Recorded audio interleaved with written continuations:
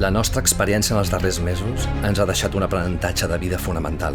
Junts som més forts. Amb la força col·lectiva ens en podem sortir de tot. A la Terra Alta ja fa temps que ho sabem, perquè ho hem viscut de primera mà. Sembrant dia rere dia futur, posant fre al despoblament i reivindicant les nostres terres del sud. L'esforç com a societat ens ha permès tirar endavant. Ens hem mantingut autèntics, connectats i dinàmics, però arrelats al nostre territori per preservar-lo i a les nostres vinyes, que donen un dels millors vins del món. I ara ho volem compartir amb tu. Volem fer-te partícip del nostre petit miracle. Volem gaudir junts del nostre vi i del nostre paisatge. Volem sentir-te a prop, perquè junts podem arribar tan lluny com ens proposem. Ara més que mai, casa nostra és casa teua. Terra Alta, terra teua. Good afternoon. Hello, I am Joan. I am president from Dio Terra Alta. Welcome to Terra Alta. Welcome to the virtual Terra Alta. I am very happy that you are here today, connected to discover our wines, to discover Terra Alta region. A denomination of historical origin and a territory with a great winemaking tradition. For me, one of the best denomination of origin in the world, with a Mediterranean continental climate, with very hot summers, but with a great contrast of temperature from day to night, and cold winters, where the temperature drops below zero. 17 different terroir textures, but the most present is the panal floor. A silty, calcareous soil, very poor in organic matter, sponges where the roots can penetrate it very well. Located in the valley of the river Ebro, where the winds blow every day, it makes organic of sustainable agriculture not a problem. And with a tremendous identity. 90% of Catalonia's production is made in Terra Alta from Grenache Blanc.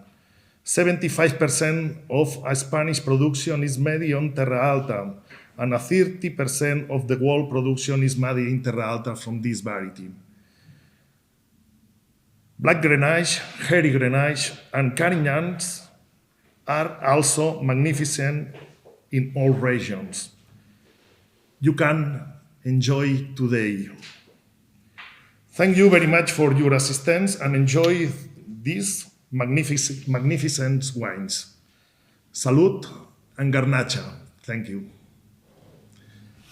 Alvaro Ribalta is the first Catalan Master of Wine, and I'm very happy for your presence here.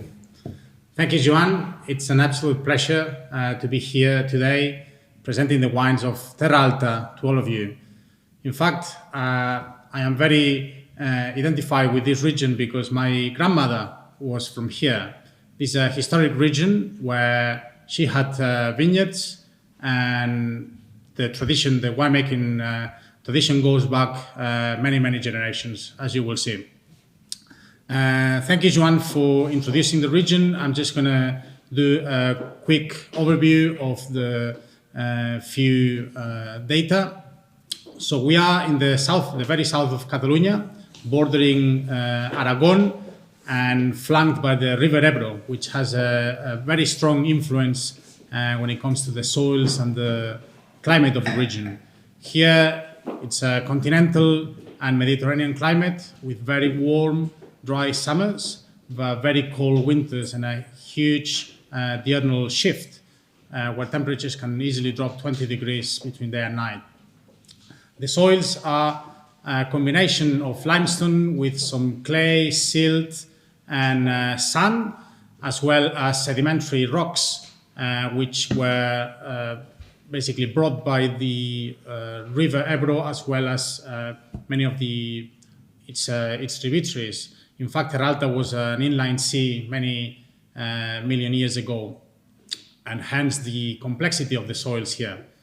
The altitudes vary between 300, 350 meters south of the region, where the climate is a little more benign because it's got the cooling winds from the Mediterranean Sea, up to 500 meters above sea level in the north of the region, where we have a strong drying wind called cierzo in Spanish, which also helps prevent diseases because it's a very strong drying wind which keeps fungal diseases at bay. Today I'm going to present a number of wines, so just a quick housekeeping. Basically, we're going to have our guests join us here. I'm going to present the wines, I'm going to taste them, and then if you have any questions, please raise your hand and put them in the chat box, and I will try and direct them. Some of the guests might not speak perfect English, but I'm here to help them out and translate. So the first guest today is Xavi Clua from Celler Xavier Clua, who is the fourth generation of winemakers in the family. And in 1995, Xavi stopped selling wine in bulk and started to bottle the wines, basically to bring added value to the product. Today, Xavi is presenting 100% Garnacha Blanca, which is basically the flagship grape in the region. The majority of Garnacha Blanca in the world is found here, and about 1,600 hectares in total out of the 6,100 hectares that form the whole of the appellation. And this first Garnacha Blanca is a great example of what the grape can do in its sort of more primary form. It's been fermented and aged in stainless steel. It's, as I say, it's very primary. It's showing the varietal characters, made in a more reductive style. And it's also kept 4 months on its lees to bring added texture. Xavi, you gonna tell us a little bit more about your wine? Yes. Thanks, Alvaro, for your nice presentation from around Terra Alta. And the generality, it's almost all explained very well by Alvaro. And I go to explain the particularity of the vineyard that it's grow the wines we allow to make this wine. And the parcela or the finca, it's 3,000 vines planted in the beginning of the 60s in a north face with clay soils and panel soils mixed. And the production is obviously very low, and the ripeness is quite early in the season. So after a small the harvest is made because it's in the end of the August, beginning of the September, and it's quite hot. We try to make the harvest in the morning for keep the low temperature in the grapes, and then we put the skin. We are making a maceration, skin contact short some hour to take more character or to imprint more character in the wine. After a fermentation, the wine is buttoned with the lees with around 2 or 3 months before bottling, and we are looking for in this wine to capture the maximum expression of the fruit of the Garnacha. Okay. So, yeah, I hope that you all got the wine. So this is, as I said, very bright primary Garnacha Blanca, showing the beautiful citrusy, ripe citrus characters of the grape. So I get lots of grapefruit, orange peel, and then something very Mediterranean about it, which is very common in this part of the world. So that sort of fennel seeds, wild fennel, thyme, lavender, that sort of garrigue style of herbs.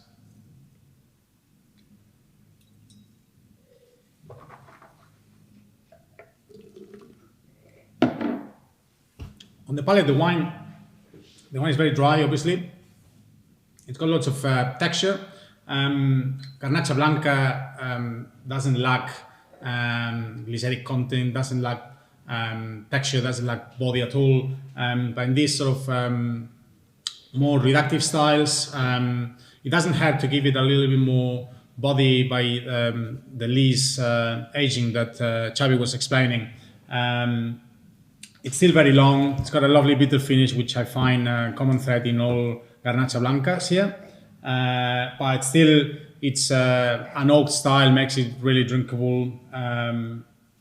With not lacking any body, so it's something that you can easily have with some light foods. I think it stands out well to many types of light dishes, but also some white meat even.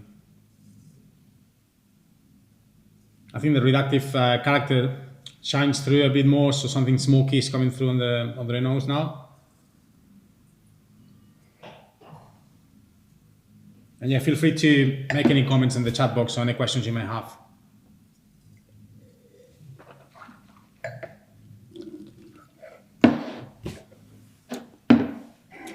Yeah, I mean, Garnacha Blanca is not grape which is huge in acid, but it's got a lovely freshness to it. Perhaps it's that sort of salinity, savoriness that you get here in Terra Alta, almost makes you salivate.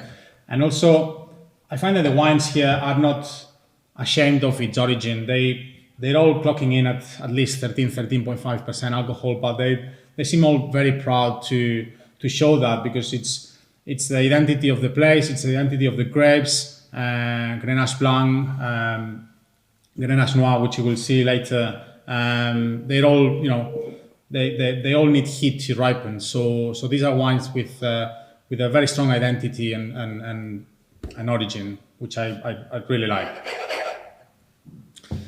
Thank you, Xavi. Any questions, anyone? Anything to add, Xavi? Enjoy the wine. Thank you very much. Thank you, Xavi.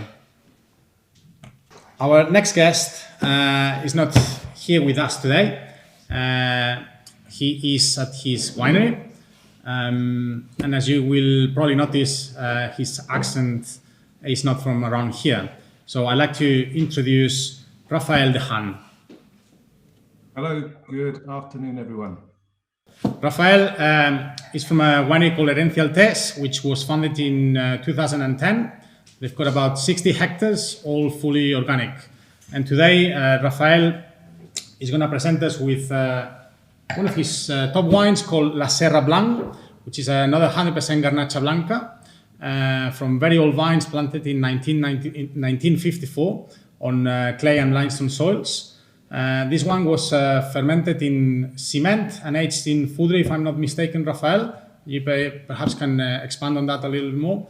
And it's a wine showing the best characteristics of one of the best vineyards. So, Rafael, go ahead. Thank you, Alvaro. So La Serra Blanc 2017, it's a single vineyard from La Serra Vineyard. This particular vineyard is located between 480 and 520 meters above sea level. It's a northeast facing sloping vineyard subject to constant breezes. As Alvaro mentioned earlier in the presentation, the Zens is a dry, cold wind. And we also have the Garbi, which comes in from the sea. And you can see the quality of that wind evidenced by the proximity of lots of wind turbines. So there have been studies that demonstrate that there's a very high impact of wind in that particular area. Soil is typical Terra Alta, top loam of sand and clay mix with a calcareous bedrock. When it dries out, it's very sandy. When it gets wet, it's very, very muddy, which makes our life difficult whenever it rains, because you need to get into the vineyard quite often, particularly if you're practicing organic. La Serra, we bought this vineyard in 2015. We don't know exactly how old the vines are. They're certified as 1954, but hearsay indicates that they were planted way before that, back at the beginning of the 20th century. They're typical bush vines yielding around 800 kilos per hectare, compared to I think it's around 8,000 or 9,000 kilos permitted by the DO. There are a lot of, obviously, gaps between the old vines. They're very old, so they yield tiny amounts per plant as well, between 500 and 800 grams. in terms of winemaking, it's all about ripeness, acidity, and skin management. Skin management is really crucial for Garnacha Blanca. You'll probably know it's a very oxidative variety. So we want to get all of that ripeness, keep the acidity, but avoid as much as possible getting bitterness or tannins into the wines. So in terms of practice, everything's hand harvested. We use small boxes to avoid any breakage. We chill the grapes, then we do whole bunches into the press. We only use the free run juice for Herencia Altes. We don't want any extraction with the skins. And once we get that free run juice, we practice controlled oxidation to remove any polyphenols that may remain in the wine. Once that's achieved, fermentation takes place in concrete tanks. We don't want a reductive environments. We want some interchange with oxygen. We age on lees for 4 or 5 months to add complexity and texture. And then the wine is sent down below for a gradual aging in 2,500 litre Austrian oak foudres. This is 2017, so that barrel was already 1 year old, so it's the second use. And there the wine will remain for up to 16 months.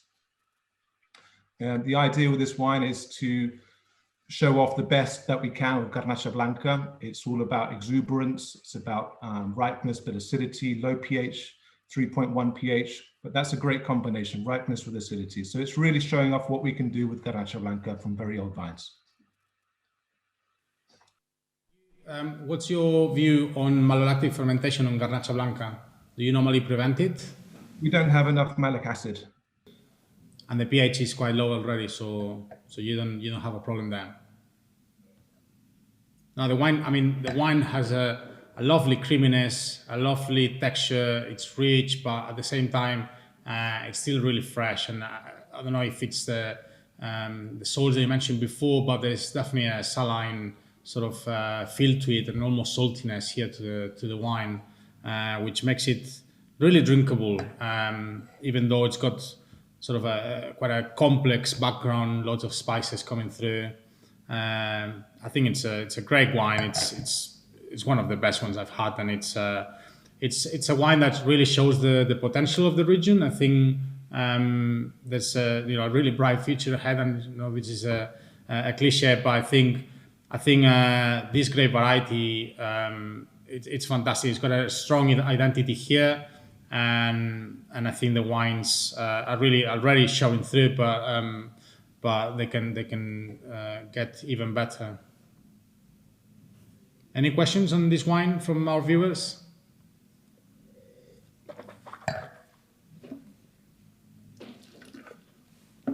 What's your view, Rafael, on food and wine matching? What do you normally suggest this wine with?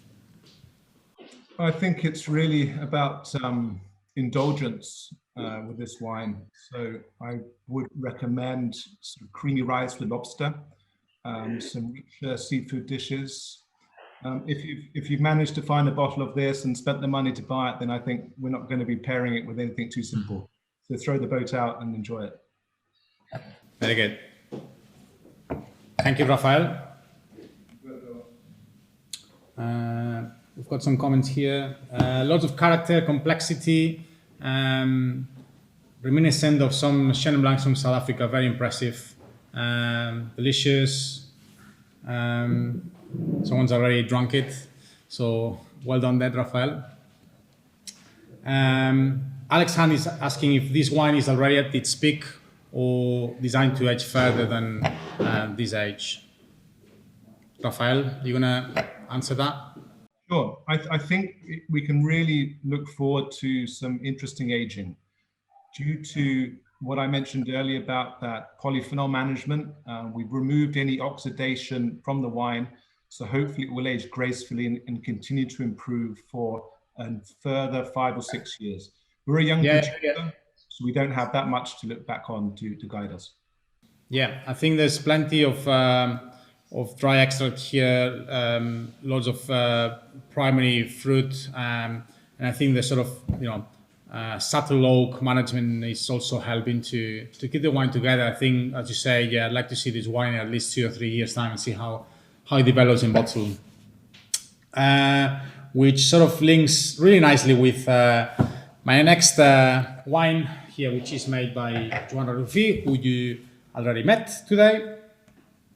Joanna Ruffi is from Alta Vins and is going to present a wine also made by Garnacha Blanca. So Alta Vins was founded in 2001. So as you will probably see, pretty much there's a nice sort of balance between old traditional wineries and some young newcomers who have moved from selling grapes and wine into bottling. So Joan has been around for 20 years making wine. And this Garnacha Blanca is a 2015 wine which aged for 9 months in a 400 litre barrel. And the rest of the aging was undertaken in bottles. So here we can see a lovely example of a more matured style of Garnacha Blanca. Mind you, this is from a very old vineyard. It's over 60 years old. But yeah, I hand over to Joan again to tell us a little bit more about the wine. Yes, selected white is a 2015 vintage. For me, it's a special wine because it's a very, very old vineyard. It's a 65 years old vineyard. It's situated at 500 meters of altitude. It's a very low production in this plant. And I am very happy with this wine because this is an experimental wine in 2015 for looking the evolution, the Grenache Blanc in oak in the bottle. And it's fantastic evolution. This change the white fruits in the young white Grenache is changed from the honey and the flora from almond,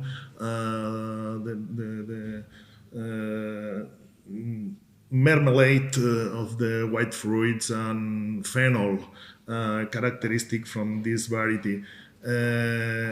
For elaborated this wine, I maceration in skin before the fermentation 3 days. It's a very long time in contact with the skin, and it's a very delicate this process because the white Grenache is a many delicate variety.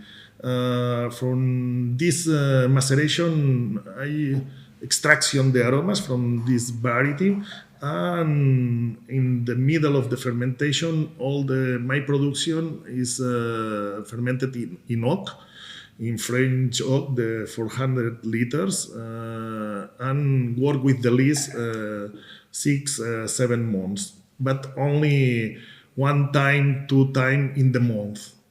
Because the Grenache Blanc from me is a many body variety, and I think too much work with the lees is too much, no? But I don't know. Yeah, I mean, again, it's a wine that's it's got a little bit more time in bottle, so it's been able to develop those tertiary aromas that Joan was describing really well. So I get lots of chamomile, lots of almond paste, almost frangipane. The spices from the oak still coming through, but slowly melting into the structure of the wine. And there's still some primary notes there. I still get that fennel, that grapefruit, orange rind that is quite characteristic to Garnacha Blanca. And still, the that salinity is still coming through. I really like this about this common thread in all the wines that we're tasting today. Darren is asking if Garnacha Blanca is the USP of Terra Alta. Yes, I'd say yes. And in fact, I was speaking to the guys at the Consejo Regulador earlier on today, and they're very happy to sort of bear that flag and be the reference of Garnacha Blanca in the world. There's nowhere else in the planet that has more vineyards, more hectares of Garnacha Blanca planted, and I think the potential is huge. I like to see, without losing the identity of Terra Alta, I think it's very important because we all know what happens when the grape variety is given more importance than its origin. I think those two have to go hand in hand, a bit like what happens with Alvarinho and Rías Baixas, for example. But yeah, I think it's got I think Terra Alta has the potential to become the reference for Garnacha Blanca in the world.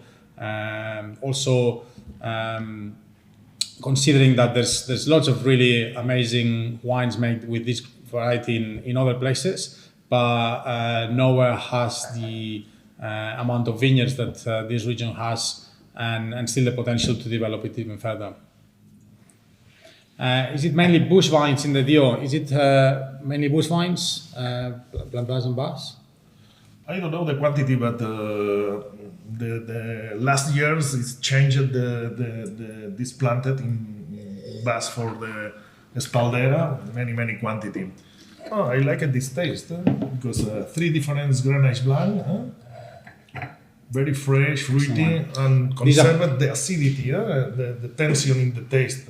2015 vintage and conserved this tension. Was that quite a dry, warm vintage, 2015? Is my no? Sorry. Was it? Va ser una añada seca y cálida. Yes, it's a very hot vintage and dry vintage. Yes. Mm-hmm. Mm-hmm. But 2016 is a very good year for 15 and 16 is a very good year or vintage from Grenache Blanc and red Grenache. Yes. Mm-hmm. So yeah, obviously when you get dry vintages like 15, you tend to concentrate the flavors, the structural components, and also if it gets too hot and dry, then the vine shuts down and then sort of slows maturing, which might have helped to preserve that natural acidity in this wine. Any more comments? Is finding the balance between phenolic and sugar ripeness becoming an issue in reference to climate change? Trobar l'equilibri entre la maduresa fenòlica i alcohòlica si està sent com més complicat. Yes, in the climate change, every year is more complicated because the Grenache in this area every year is more concentrated in sugar. In this, for arrival in the phenolic maturation, in the good phenolic maturation, is possible harvest in 16 or 17 degrees the alcohol. In the past, for alcoholic fermentation, needs run the machine, osmosis machine, for low the alcohol in the wines. Yes, it's a little problem in this area from arrival in the phenolic maturation, not only in the Grenache Blanc, also in the red Grenache and the hairy red Grenache. I remember in 2014, I harvest in the middle of August, in 14th of August. Normally the Grenache Blanc, they normally harvest in the final of August or the first week of September. But yes, all the companies, all the wineries here in Terra Alta needs change, not only the system for elaboration, also the system for cultive, for the cultive of the vines. Yes. Excellent. Right, thank you, Ines, for that question. And thank you, Joan. I'd like to thank you so much. Introduce our next guest, who is Pau Vicenz from Celler Giuseppe Zens. Pau is the 5th generation of wine growers in the family, and they have 38 hectares of vineyards, which are an average of 55 years old. Some of the oldest are over 80 years old, and they have been organic certified since 2011. So his wine that he's presenting is the first red that we have, and it's 100% Carignan. It's the only Carignan that we have on the flight here today. But it's a grape that is quite common in the region, and in fact, all the wines here are made with indigenous varieties to Terra Alta, which account for about 80% of the total surface in the region, which is something that also we should be really proud of, because although there are some non-indigenous varieties accepted by the appellation, the focus is still and should be on indigenous varieties like Garnacha, Garnacha Blanca, Fina, Peluda, which is the hairy style of Grenache, Macabeo, and Carignan. So, Paul, welcome. We have this Carignan, which is comes from a 75-year-old vineyard on clay and limestone soils. Hello. Vols fer en català o? Sí, sí. So, Pau is going to explain in Catalan and I'm going to translate as we go. Vols explicar bé? És una la carinyana? Sí. Bueno, és una carinyana 100%. Vale? És un homenatge als meus avantpassats. És la tercera generació que li fem el seu homenatge. I aquest vi és, com dic, és una carinyana 100% que van plantar els meus avis.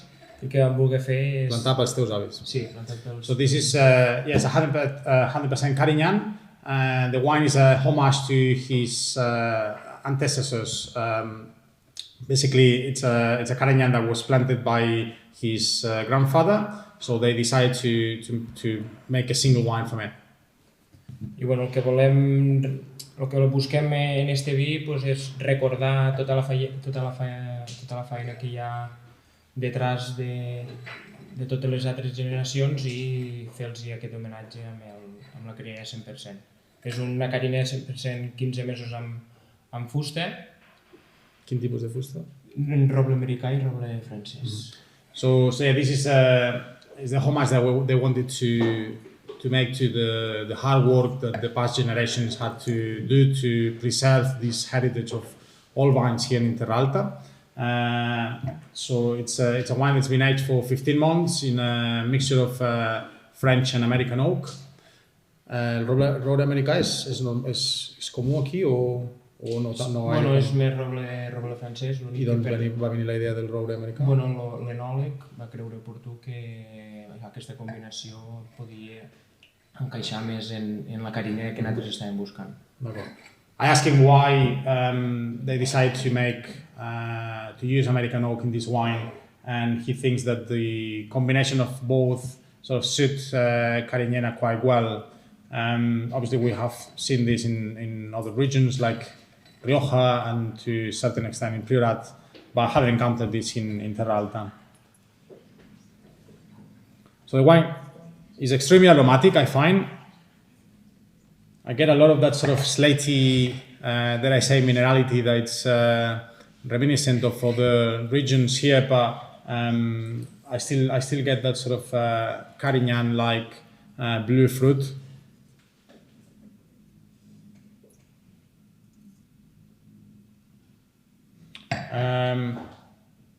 The oak is obviously present on the nose.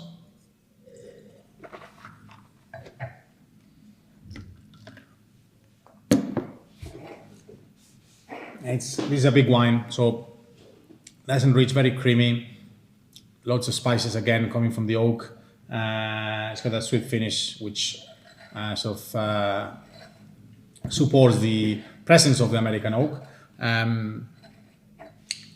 Com 15 mesos en bota? Sí, 15 mesos. Quin tipus de bota vau fer servir? És fudre o és barrica? No, botes de 225 litres, estan 15 mesos amb la fusta i este vi ha estat 2 anys en ampolla.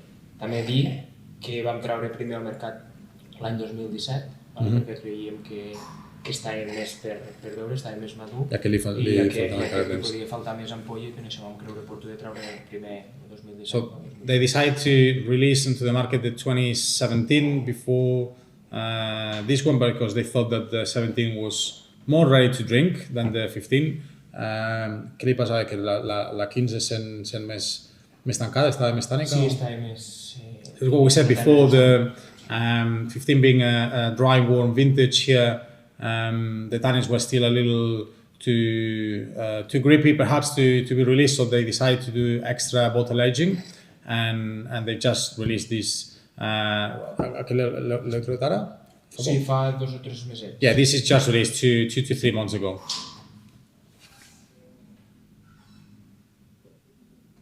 Any more comments about this wine from our viewers?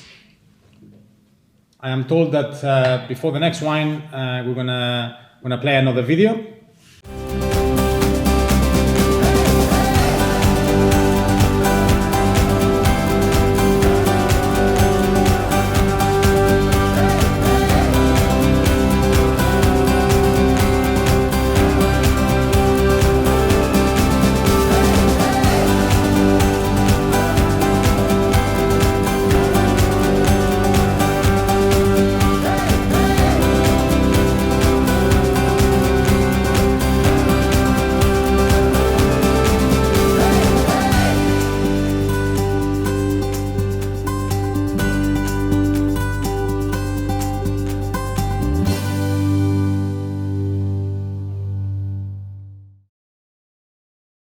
Thank you very much. So for the next wine, we have Nani Ramon, who is from Salle Edetaria.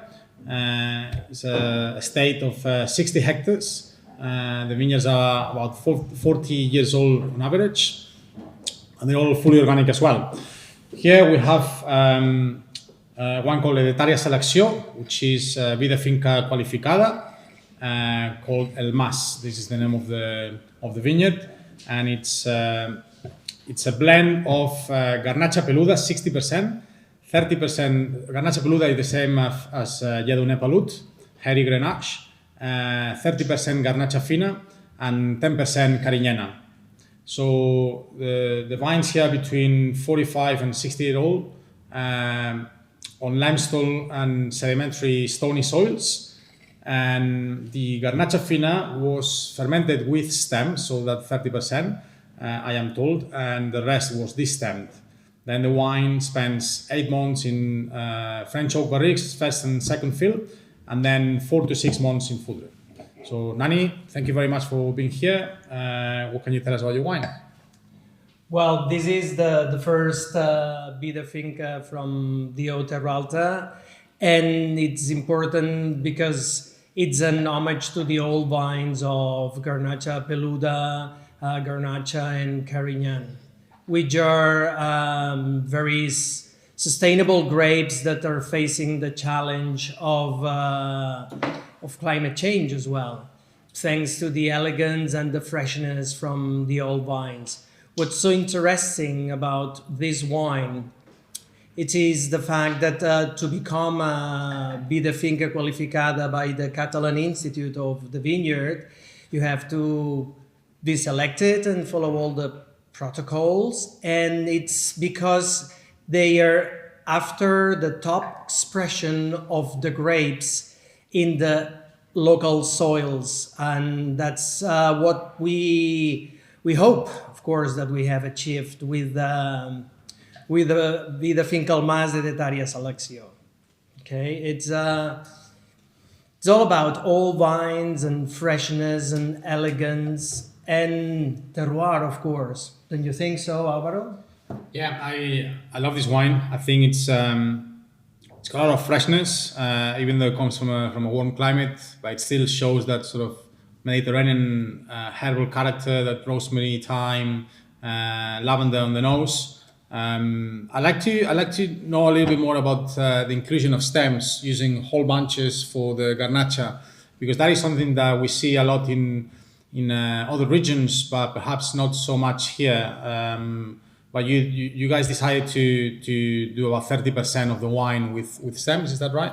Well, it's a 30% of the Garnacha. 30% of the Garnacha, so then it's only about 10%. Because, well, as you know, Hairy Grenache and Garnacha Peluda and Carignan are already grapes with a beautiful acidity and a lot of freshness. Okay, so to reinforce that in the Garnacha Fina clone, we believe that it was the right approach. Yeah, I think the stems are a sort of extra layer here. they bring freshness, especially in the back of the palate. In the finish, they give a sort of bitterness to it, which I really enjoy, and I think it makes it very, very friendly and adds length as well as making a little bit of the lift to the wine.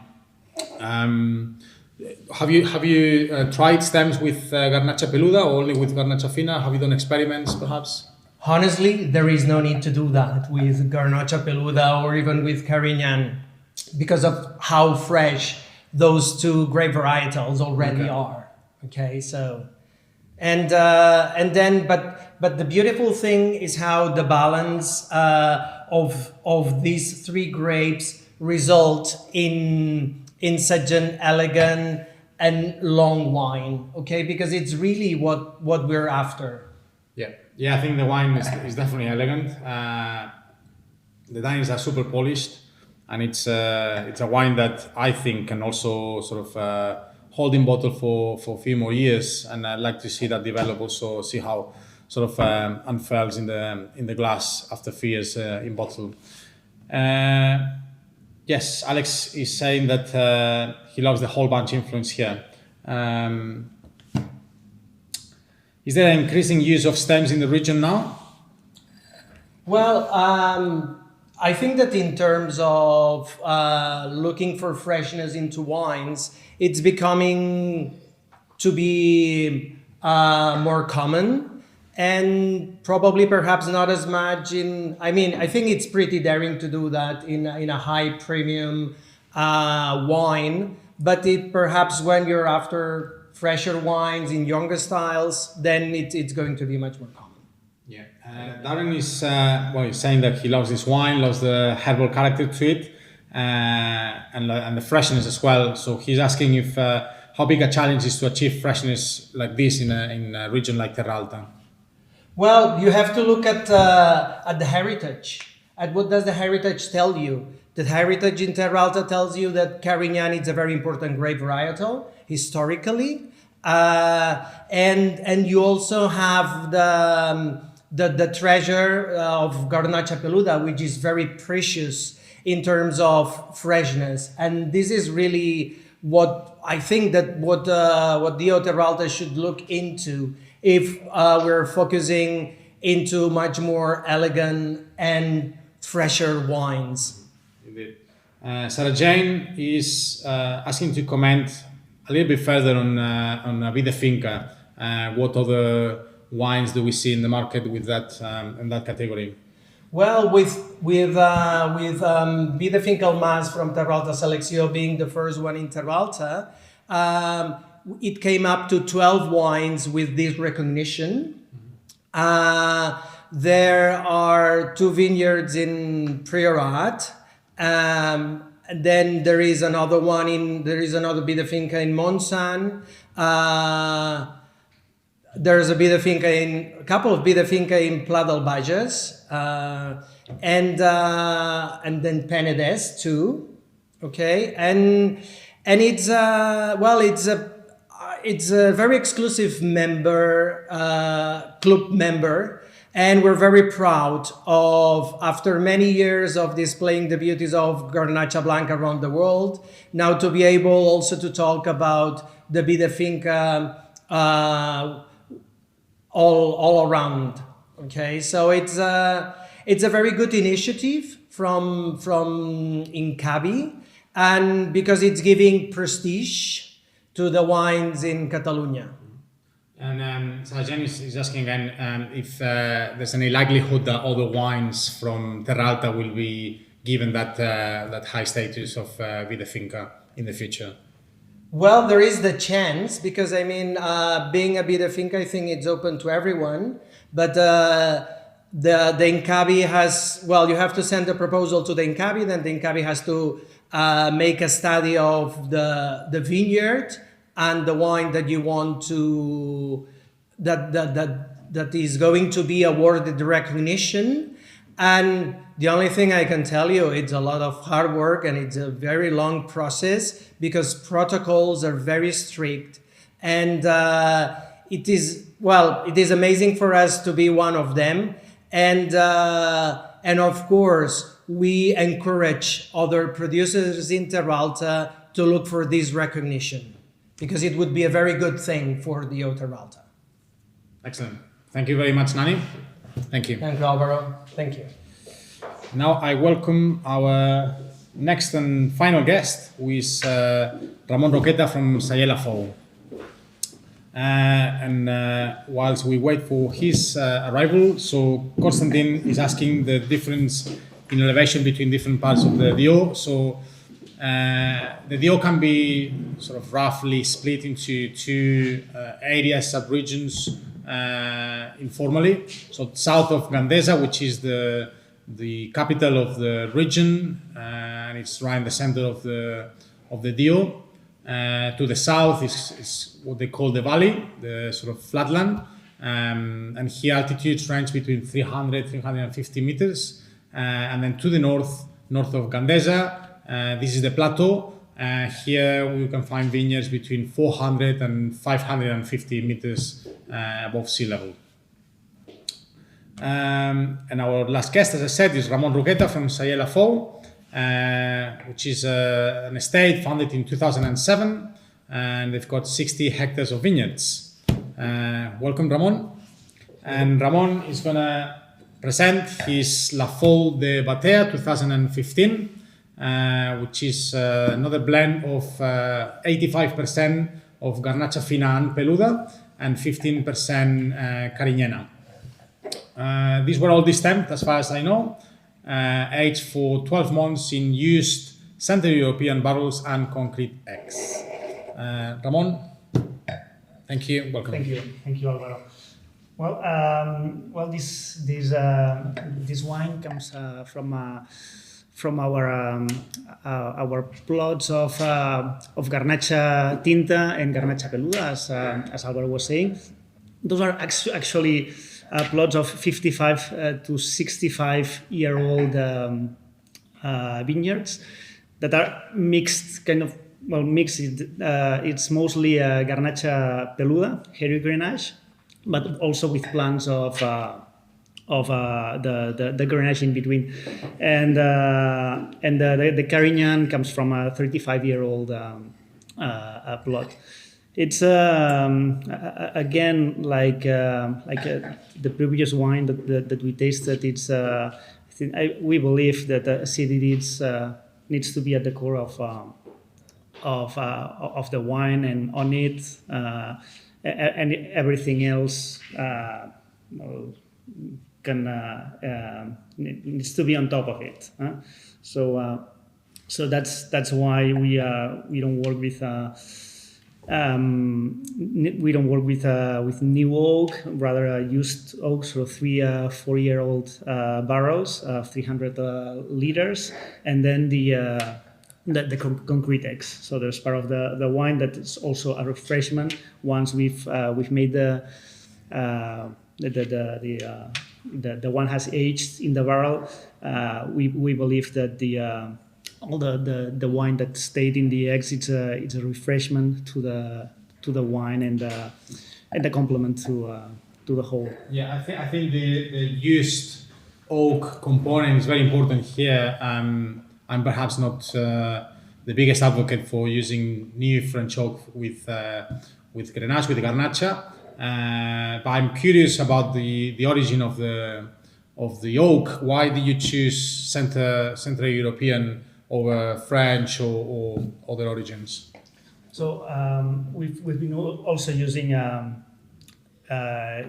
French oak. I mean, you could consider actually Central European like not only France but also other forest next to it. What actually it's a very complex world.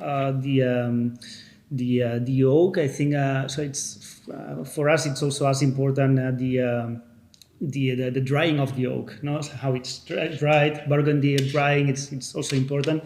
That makes because of the pores, let's say the process in which you get air into a wine, especially if it's Garnacha. Mastering oxidation process it's super important during the process. Actually, something very important for us is after it's handpicked, everything goes into 14 hours, stays in a cooling room. No, so and that's also part of mastering the oxidation. That's how it starts. But then after doing the process, there are other elements like the aging process, like the egg, also another slower enabling the oxygen into the wine. Well, different elements that I think for Garnacha are very important.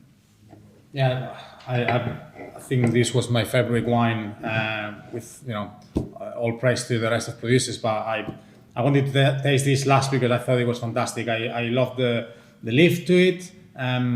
Being from 2015, a warm vintage, warm dry vintage, it doesn't lack any freshness at all. It's big and bold, but it's still really fresh. It's got that sort of lovely fluidity to it, and it's got a lovely lift. I find excuse me if I'm totally wrong, but I think that there's a hint of volatility here, which it's just perfect. It gives a lovely sort of citrusy leaf, almost floral, which I adore. Sarah Jane is asking if you could talk a little bit more about the character of Garnacha Peluda as a grape. What does it bring to the wine in terms of aromas, structure? So Garnacha Peluda, if you look at it in the vineyard, you could imagine what it's going to give you. So you've got like more. It doesn't have that much color, and you've got some grapes that when it's almost mature, when it's almost ripe, that are still less colored. No, so giving you an idea of like more acidity, less color. So that's what the Garnacha Peluda is about. Also, I think there are big challenges with Garnacha Peluda, especially when it's young. So it has kind of more vigor. So mastering also this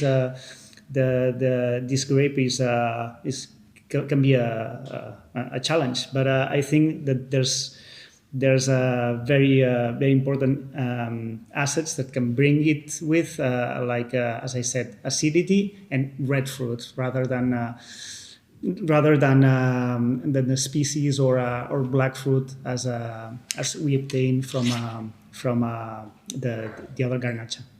Yeah, I think picking window is obviously very important, and I think you probably got it spot on here because there's that sort of hint of red crunchy fruit in the wine, which makes it just really really crunchy and drinkable. Coswin is asking what the potential, the aging potential is for this wine, for this Lafon. I love this question because we started in 2007 with this idea in mind. I studied winemaking in France, and I've embedded in my DNA the potential for aging, even if we like the wines to be drunk as fast as we can, no? But yes, all I can say is that 2007 is still a baby for me. Even if I like wines to be fresh, expressive. This expression can be more evident in younger wines, but wines are still alive if they keep this acidity, tense acidity from beginning to end. And 2007, all I can say is that it still has it. So I think that could be a good reference, 2007 to this vintage as well. Yeah, I mean, I also find it still very fresh, very quite primary. There's some sort of tertiary development there, something a little bit more earthy perhaps. But I don't know what you guys think. But I still think that there's at least another 6 to 8 years under the belt of this wine. Any more questions for Ramon or for us at Terra Alta?